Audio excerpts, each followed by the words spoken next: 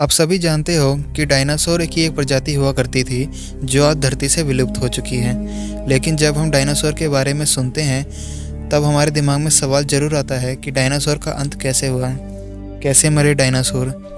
यह एक ऐसा सवाल है जिसका जवाब हर कोई जानना चाहता है, क्योंकि यह प्रजाति हर किसी के लिए अनेक सवाल खड़े करती है। डायनासोर काफ़ी विशाल हुआ करते थे। शायद अगर ये विलुप्त ना होते तो धरती पर मानव जीवन भी संभव नहीं हो पाता।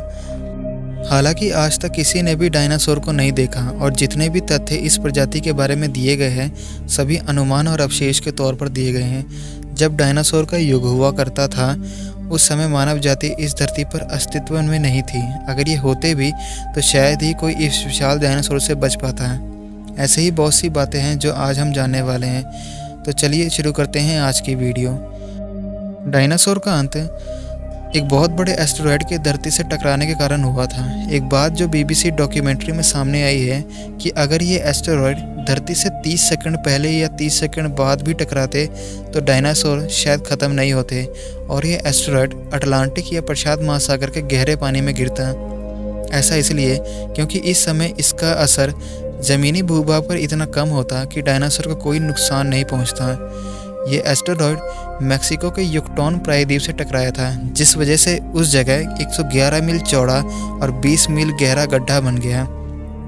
जब वैज्ञानिकों द्वारा इस गड्ढे की जांच हुई तो वहां की चट्टान में सल्फर कंपाउंड पाया गया। एस्टेरॉयड के चट्टान से टकराने के बाद ये चट्टान धूल में परिवर्तित हो गई, जिससे हवा में धूल का बादल बन गया था। इसके कारण पूरी धरती ठंडी हो गई और पूरे एक दशक तक इसी स्थिति में रही।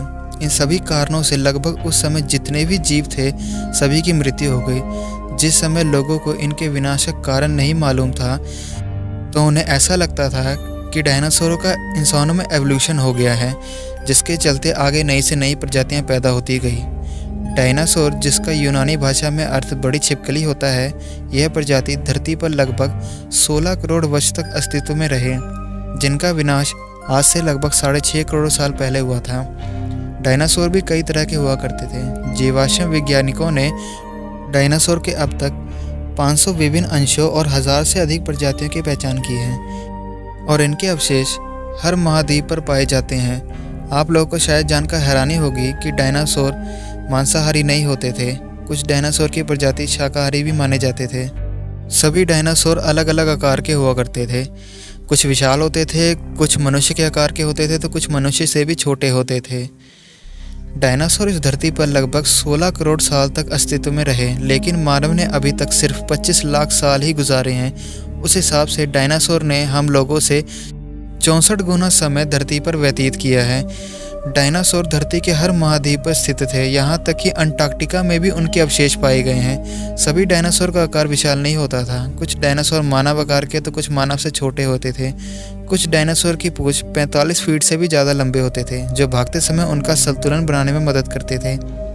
किसी को नहीं पता है कि एक डायनासोर का जीवन काल कितना होता था, लेकिन कुछ वैज्ञानिकों के हिसाब से लगभग 200 साल तक जीवित रहते थे डायनासोर। सबसे बड़ा डायनासोर का अंडा बास्केटबॉल जितने आकार का होता था और जितना बड़ा अंडा उसकी बाहरी खोल उतनी मोटी होती थी। इस वजह से अगर इससे भी बड़ा अंडा होता तो शायद डायनासोर के बच्चे बाहर नहीं निकल पाते। सबसे पहले धरती पर मांसाहारी डायनासोर ने जन्म लिया, उसके बाद सर्वाहारी और उसके बाद शाकाहारी ने जन्म लिया।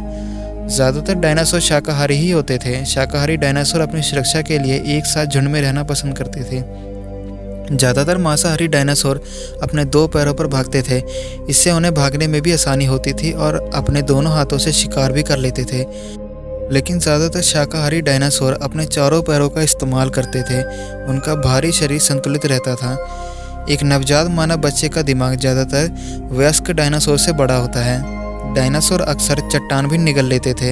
यह चट्टान उनके पेट में भोजन को पीसने में मदद करती थी। तो दोस्तों, ये थी हमारी आज की वीडियो। आपको ये वीडियो कैसी लगी हमें कमेंट सेक्शन में ज़रूर बताइए और वीडियो को लाइक कीजिए और शेयर कीजिए और चैनल को भी ज़रूर सब्सक्राइब कर दीजिए। Thanks for watching my video.